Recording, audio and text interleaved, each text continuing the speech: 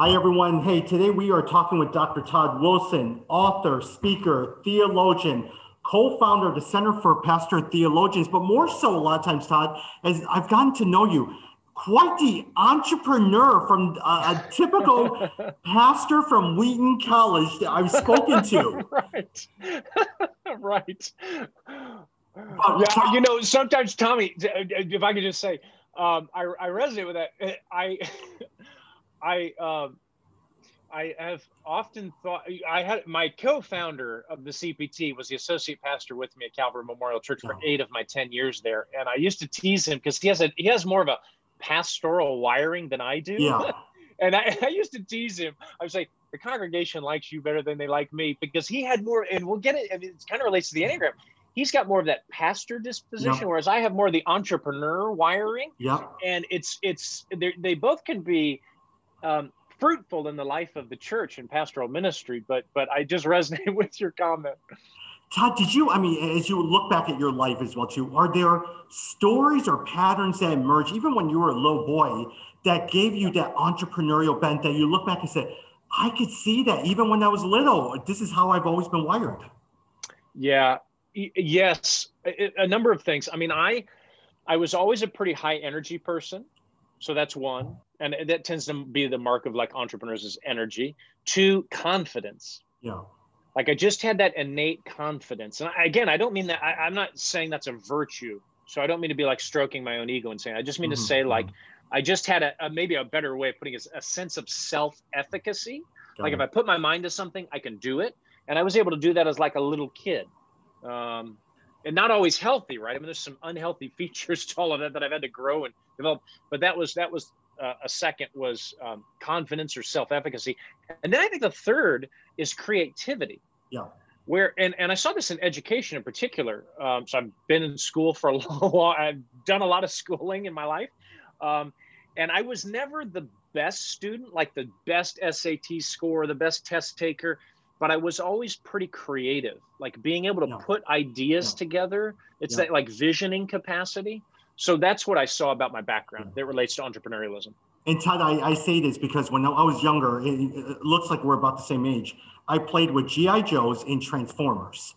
And the part that I always like is there are always bases for these guys. Yes. I always just loved building it. I love thinking creatively through all that. I am totally with you. My passions were blocks when I was little and Legos, Tommy, and then G.I. Joe and Transformers. We were doing the same thing as kids.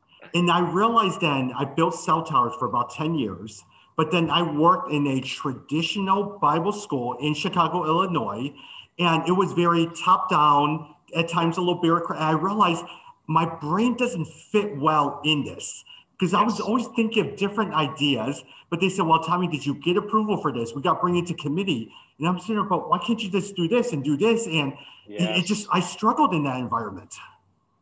Yes. No, I resonate. I remember I met with an executive coach who was a member of our congregation, the congregation I was at for 10 years in Oak Park.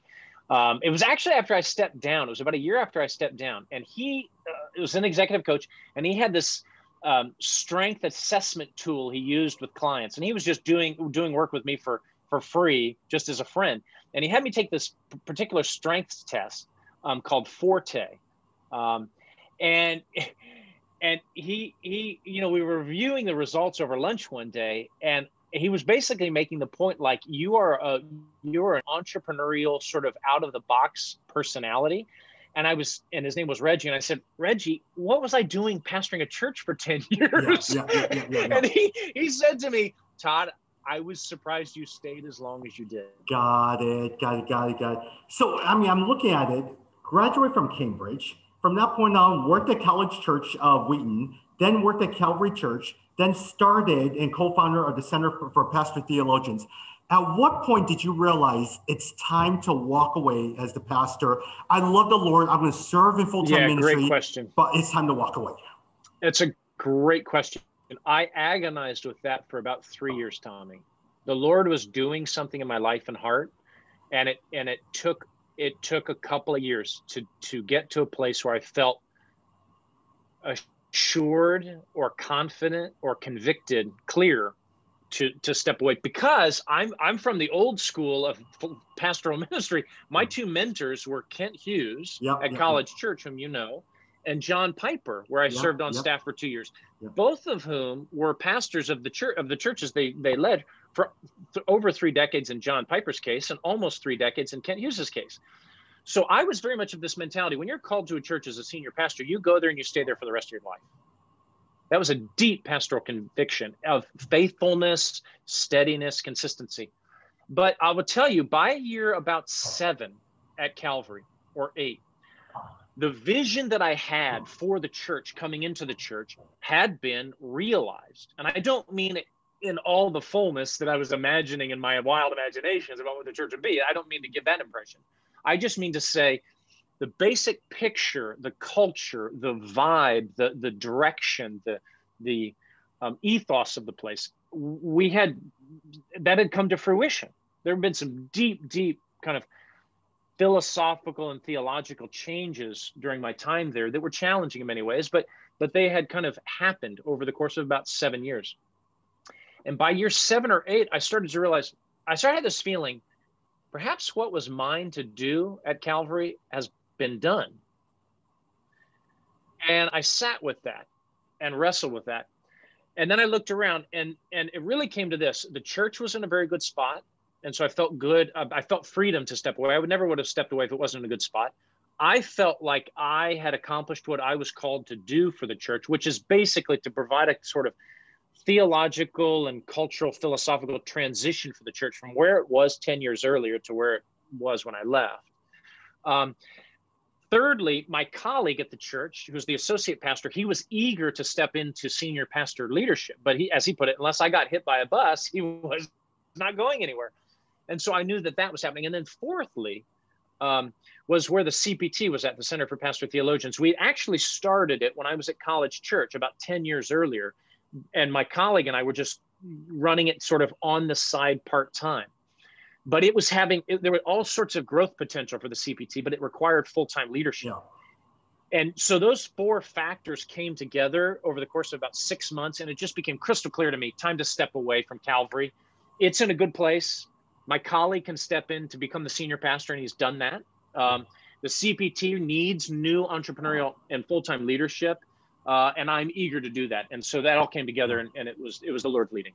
And going into what we're talking about, the Enneagram, what do you say to the people who are listening, who are bivocational pastors or semi-retired or even young Christian marketplace leaders in different cities?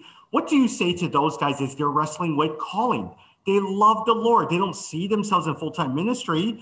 How do they wrestle with the calling? What are some of the advice that you have with them? Rephrase that one more time, that question, Tommy. I'm sorry. What, like, they're connecting the Enneagram to their calling, or their calling in marketplace ministry and not full-time ministry? Help me with the question. Based upon what you learned about calling and your own calling, what are some advice, and which later on will tie into what we're talking about, the Enneagram? What is your advice for those who are wrestling with their calling and trying to figure out how they can serve the Lord faithfully with how they've been designed, their passions, all of that? Yeah, that's a great question. We at Calvary, my last year there, actually, we pursued a year-long spiritual discernment process, introduced it, called the Antioch process, based on Acts chapter 13 and the Antioch process for the church in Antioch, where you'll remember they devoted themselves to prayer and fasting. And in the midst of that corporate worship, the Spirit spoke, and the Spirit gave to the church as a collective entity and to individuals within the church, namely Barnabas and Paul, a calling. But the language is, the Spirit identified the work, quote unquote, the work to which the Spirit had called them. That's calling, in my view, is what is the work the Spirit is calling a person to. And so we talked about how do we discern that, both corporately as a body and individually as people. And some of the elements that came into that were, one was context. What ministry context? And what are the needs of that context? What are the opportunities that are in front of you? And because God doesn't make accidents or mistakes. He has you where he has you in the environment, the place that he has you on purpose for a reason. And so to be discerning about the context, I think, is one way. The second is your convictions. Like, what are the animating theological motivational impulses in your own life? And bringing those two things together tends to be, the overlap of those two things that I think a person can identify their calling. And then, as a follow-up question, how then do you use the Enneagram to help you process all that? Yeah, great question. The Enneagram is great because, part of when God calls us, he calls us, right? He calls you as a person, as an individual, and in all of your unique individuality. And that's going to shape the way you live out your calling, who you are, who God has wired you up to be. The Enneagram is just a great tool to bring into that conversation, that spiritual discernment process, to ask yourself, who am I? Mm-hmm. How am I wired? What makes me tick? How am I motivated? Am I a visionary? Am I an introvert? Am I a thinker? Am I a doer? Am I a relational person? Am I a strategy person? These are all the kinds of things the Enneagram gives us insight into about who we are as people, which is just, Tommy, as you get, is so valuable for discerning calling and fit. We use the Enneagram in our ministry staff team, and I would use it in counseling and consulting with particularly younger pastors and younger people who are trying to find their way in life. And certain vocations and calling, God can do whatever he wants with a person, but it really is helpful to ask myself, am I wired up well for that kind of work? Like me, for example, I'm not very conscientious. I'm not very detail oriented. I'm a dreamer. I'm an adventurer. I'm a visionary. So to have me be a CPA and an accountant, that would be a disaster, right?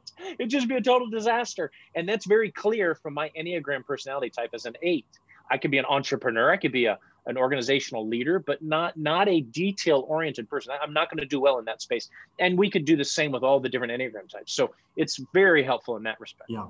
For those who are listening, Todd, who is completely oblivious to Enneagram, is it a similar exam or a assessment like Strength Finders or something like that? Is it something that you take for 15 minutes and spits out a report? How would you describe it? Yes. Yeah, great question. I'll take your question as like, how do you figure out your Enneagram type? And there's two different ways to do it. One way I recommend, the other way I don't recommend. The one way that I don't recommend is to take a test. There are online assessments that run you through a battery of questions, 30 questions, 60 questions, whatever. Go ahead and take it, and it might be helpful. But I wouldn't put too much stock in that, because you know how test questions like that go, where, are you answering the question in light of your behavior or in light of your motivation? Are you answering the question in light of how you want to be perceived, how you think you're perceived, or how you really are? So it's very difficult to make a good assessment of yourself through a set of questions like that. Better way to do it is to find a tool like The Road Back to You, for example, or you could grab my book, The Enneagram Goes to Church, and read descriptions of the 9 types. Paragraph length descriptions. This is called the narrative approach to Enneagram. Read a paragraph like descriptions of each of the 9 types from someone who is that type, who can explain it to you. And then, and of the 9 types, you'll immediately eliminate 6, probably 7 of them. And then there'll be 1, 2, or 3 that'll be like, I could be that. Yeah, maybe this, maybe that. You'll narrow it down to a couple of the types, and then live with 1 or 2 of those types for a little while and try it on. As a person, I say, does this explain me? Does this make sense of the way I work in the world? So it's more like trying on a jacket, where you wear it for a little while and see if it fits, see if it explains who you are and how you approach the world. Again, you can take a test and see what it spits out, and that's okay. But I wouldn't put too much stock in that. I would rather have people get to know the different types, eliminate the ones they know they aren't, and then try out a couple that they think they could be, and Got see it. how it works. And the reason why I say this, Tommy, is because the Enneagram as a tool is ultimately about self-awareness and the journey of sort of self-awareness. To go take a test and 20 minutes later, it's like you're labeled, that short circuits the real genius of the Enneagram. What you really want to do is get yourself on the path of growing self-awareness using the Enneagram as a tool. So you're asking yourself the question, how do I approach the world? With thinking or feeling or doing? Asking some of these Enneagram questions, that will foster greater self-awareness. Got it. So for those who are listening to it, it's less of an assessment where you take a battery of 50 questions. More so, you're going to get 2 or 3 different options. And now you're journeying it, you're reflecting, you're thinking through and seeing, okay, where you are. But at the same time, Todd, let me ask you can it change over time? Like how you were 10 years ago or 20 years ago coming out of seminary and where you are right now, could it change in terms of how you're perceived or how you look at yourself? Yeah, great question. In Enneagram theory, and I think this is true of personality theory in general, but at least in Enneagram theory, the view is that your personality doesn't change. Mm-hmm. Your personality is formed pretty solidly by the time you're about 7 years old, about first grade. Your personality is pretty well formed. This is sort of developmental psychology insights. Shaped through both nature, like how you came into the world, genetics and brain, etc., and then nurture, your family of origin, the emotional system that shaped you. And the combination of those forms you pretty solidly by the time you're in first grade, about 7 years old. And then that doesn't change, fundamentally doesn't change. You don't go from being a 1 in the Enneagram to a 6 in the Enneagram like 30 years later. It doesn't work like that. But what does happen in the Enneagram, or let me put it this way, one of the geniuses about the Enneagram is that it's such a dynamic system. It's not a static system. You don't like get a label and that's just all there is to you is this little box you're now in. That's not at all what the Enneagram is about. The Enneagram has lots of different layers of ways that we grow, and in Enneagram language, they call it integrating and disintegrating. And there's lots of different ways in which that happens. So you can be a particular number, and you listeners may have heard of wings in the Enneagram. You can add wings in first half of life, second half of life that modifies your personality type, and so on and so forth. So you can adjust it, as it were, or tweak your personality, but not fundamentally change it. Got it. Let's give an example. How would you describe yourself? Yeah, so I would use the language of I'm an 8 in the Enneagram. So I am a person of action. I make decisions from the gut. I back up my approach to the world through my thinking. I tend to be a pretty strategic, visionary sort of wiring, a fairly aggressive personality type, as 8s often are. There's inside of me a tenderness and a vulnerability, but I've learned over the course of my life to defend and kind of shield that tender, vulnerable side of me to the outside world. So that's part of the sort of the strength and the weakness of the 8. So that's the way I would describe myself. Got it. So Todd, as you're forming a team, now you're an 8. When you're talking about consultants and forming a team, then do you build a team around you that's opposite of you then, or do you build a team that's similar to you? How would you then operate through all that? Yeah, that's a great question. I would say both and. In ministry team, there's 2 different types of teams, or at least 2 different types, but there's 2 different types of teams. There's a basketball team and a track team. In fact, I use this example in the book, a basketball team and a track team. There are some teams that are independent, and then you tally up the score or the individual contributions for the win. That's a track team. The high jumper and the 400-meter person, they don't need to interact at all. They just both need to do well in their event, and they get the win. Then there's the basketball team that is highly interdependent. Ministry teams are more like basketball teams than track teams. Many churches, particularly larger churches, Tommy, as you know, and other kinds of organizations, we can treat our teammates like track teammates, where you go do your thing, I'll do my thing, and then we'll touch base and see if we get the win, right? We'll check the bottom line and see if we got the revenue projections met or whatever. That's not the best way to do team. The best way to do team, in my judgment, is a basketball team where there's a high degree of interdependence. So you need both similarity and get the most strength out of a team. You need similarity and alignment in terms of purpose for the team and basic philosophy of the team. Like you need to kind of see what you're doing in a similar sort of way. So like in a ministry team, you need to be on the same page in terms of philosophy of ministry.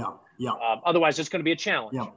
But you want to have differences to round out each other's weaknesses, to complement and supplement each other's weaknesses, and to build on and expand strengths. And the reason go ahead.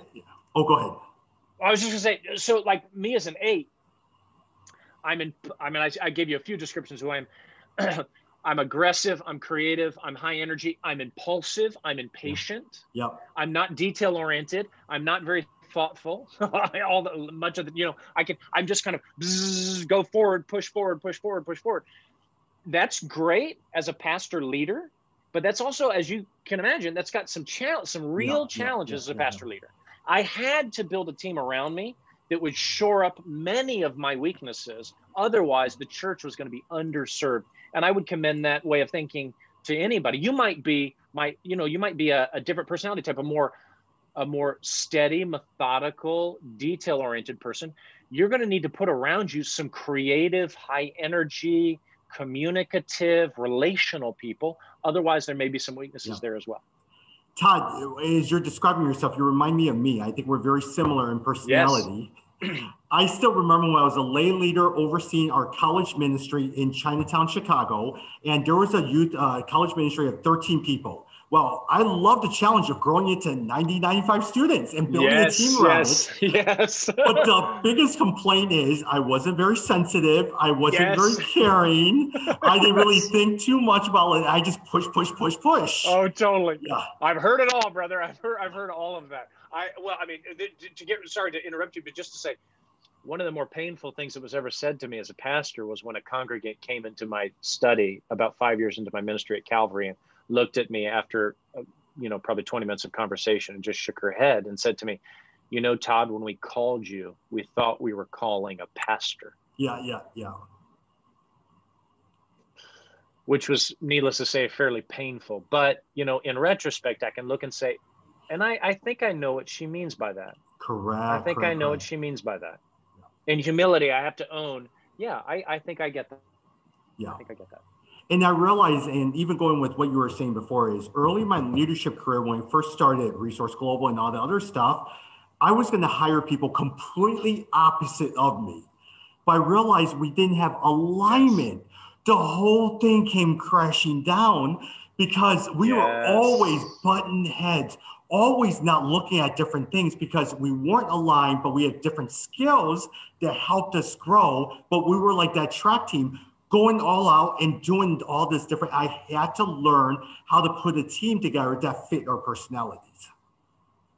Yes. Excellent. No, that's exactly right. And many of us, if you've been in leadership long enough and on teams, you learn through trial and error, right? I mean, you bump up against the hard brick wall of reality and learn these things, Tommy, as you're describing. Yeah. The Enneagram is just helpful because it can save you it kind of points these things out ahead of time so that you can start being a little more wise earlier on in your work and career and ministry.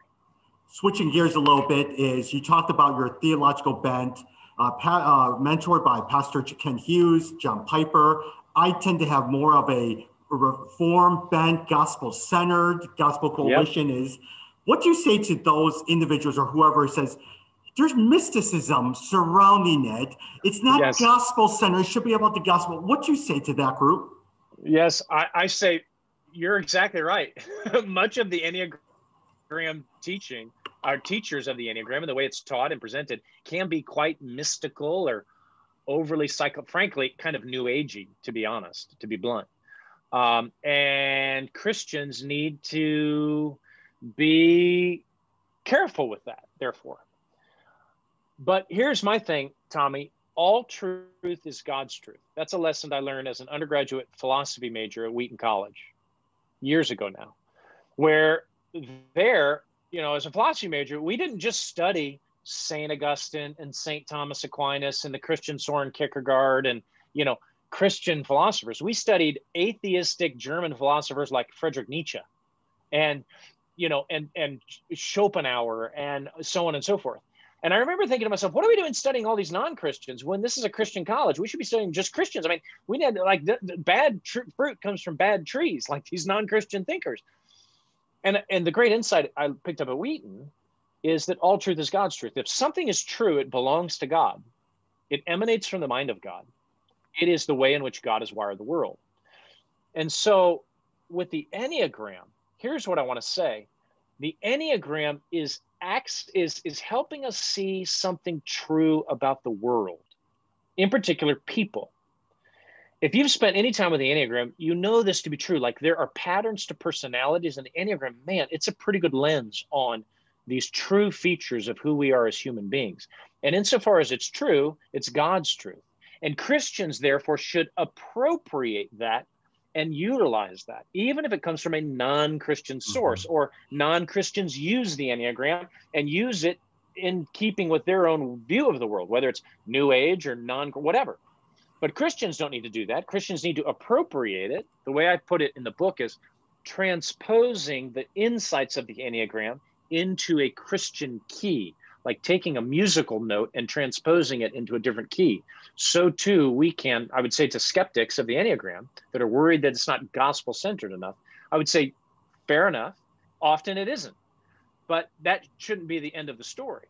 Take the true insights of the Enneagram, the ones that we find helpful, you can find very helpful, and transpose them into a God-centered key, and then utilize them in a helpful, Christ-honoring way. Got it. Very, very good. Hey, and let's talk a little bit about your book. It releases in a couple of weeks. Talk a little bit about the book and how that book came into formation. Yeah, sure. I didn't know much about the Enneagram, and my sister-in-law was reading a book about the Enneagram when we were on an extended family vacation. And I asked her about it, and she started describing it. And I thought, well, this is weird. I saw the diagram on the front of the book, and it looked like a pentagram, and it was making me quite nervous and all the rest of it. But as I started talking to her about it and exploring it, all of a sudden I was like, wow, this is I was immediately intrigued. And we have 7 children. And so we started thinking about, oh my gosh, all of our different kids have these different personalities, and we can see it. And the Enneagram seems to be describing these different personalities of our 7 children in a really powerful, powerful way. And it seems to be explaining me as a person and my wife, Katie, as a person, and the way in which our marriage works and the relational dynamic. And so it just started opening up all sorts of horizons and vistas for me. Then getting excited about the Enneagram, I took it to church, Tommy, and I started applying it to my ministry staff team and my colleagues at ministry and in ministry. And we started talking about my personality and their personalities and how we work as a team and what does this mean for our church. And that was when the Enneagram really solidified in my mind as a powerful, powerful tool for ministry. And I wanted to share sites with other pastors and ministry leaders. I knew I was growing to learn. I was growing in my knowledge of the Enneagram, but I was a practicing pastor at the time, and I knew a lot about ministry, and I wanted to combine the two. And that had never been done before. No one had ever written a book on the Enneagram and church ministry. And so that's what I did to be a helpful resource to pastors. But really, it's a book as much about just leadership in general, how teams work and how communication works, and who we are as leaders, as it is a kind of ministry specific. So those that are listening, if you're not in full-time pastoral ministry or a ministry leader in your local church, but you're a marketplace person, I think you'll find lots and lots of insight and wisdom in the book just for doing life well. Yeah. It actually helps those who are leading teams and corporations. It allows people to work in nonprofit organizations, but more so another group that it allows pastors to figure out how to pair their volunteer leaders in key positions. And the reason I say this, Todd, is I sit at my church in Chicago sometimes, and I'm sitting there. The church is always telling me about needs. They're telling me about needs in children's ministry. They're guilting me to do all these things. Why can't you just figure out how people are wired, what they're motivated on, and then find out opportunities to serve out how they're wired? Yeah, no, that's exactly right. That's exactly right. And, back in the 80s and 90s, there was a lot of this desire within Christian circles related to spiritual gifts. You may remember, Tommy, the spiritual gifts inventories. And that was, I think, helpful in so many ways to say, wow, the Spirit has gifted us differently. And that's going to shape the way we resonate with certain sort of ministry and service opportunities. I think the Enneagram can function similarly in helping us think through where we might serve. And a lot of people get disenchanted with serving in the local church, I think, because they get slotted into a role or a set of responsibilities that really are not very well suited to who they are as people. Doesn't mean you don't still serve sacrificially. That's not what I'm saying. Like, you only should serve when it doesn't feel like service. That's not at all what I'm saying. Jesus, of course, didn't live his life that way. And sometimes we need to die to ourselves and love other people. But I do think, the more attentive we are to who we are and how we're wired and how others are wired, and helping there be an alignment between personality and ministry opportunity, the better we will all be for that. Yeah. Now, Todd, I have two more questions. One of them involves me, since it's our counseling session during this period of time. Yes. Todd, you were a former pastor. Now you are a lay leader, but a leader of an organization. You're serving in the local church. Do they know what to do with you? Because I say this, I operate in our local church. I don't think they know what to do with me half the time. No, it is a great question. Although, I should say true confessions, Tommy. We moved from, so when I stepped down as a pastor at Calvary, we stayed at Calvary for another 2 years. Yeah. And then we recently, about a year ago, moved to Indianapolis, literally right as the whole country was going on lockdown. So we have hardly visited in person a church for the last year, because all the churches are like, register ahead of time and you can't come, this kind of stuff. And we have a large family. So we have been doing a lot of visiting churches via Zoom as we're new to Indianapolis. So we're still waiting to really engage and connect with the local church. We're eager to do that when the restrictions get lifted, so we can show up in person. But I have been a little anxious about that of just how to slot in the local church now as a layperson in a way that adds value and benefit. Correct. And is helpful to that congregation. Because maybe I'll say this also, Tommy, I really have a huge desire to be a cheerleader and support and stand shoulder to shoulder with a pastor or pastors whose congregation I will be a part of. Having been a pastor and just knowing how valuable lay people are that really have your back. Yeah. I want to be that to a pastor. Yeah. But at the same time, I also see myself, I can't be sitting in meetings all day explaining my rhyme or reason why I'm doing all these things. I need a little freedom here and there. That's right. Yeah. Hey, last question before we wrap up. Talk a little bit about Integrated Leaders Pastor and your new initiative that you're starting. Oh, thank you. Yes. So I just recently launched an LLC called Integrated Leaders, where I am, our tagline is Extraordinary Leaders Enduring Success.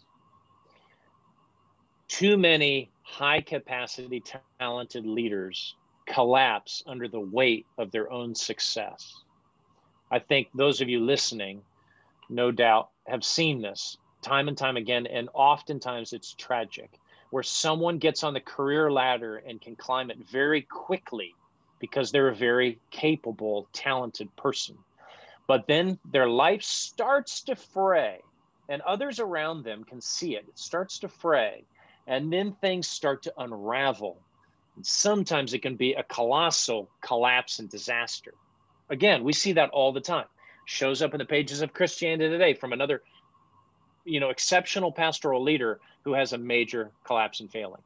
That's a heartbreaking situation.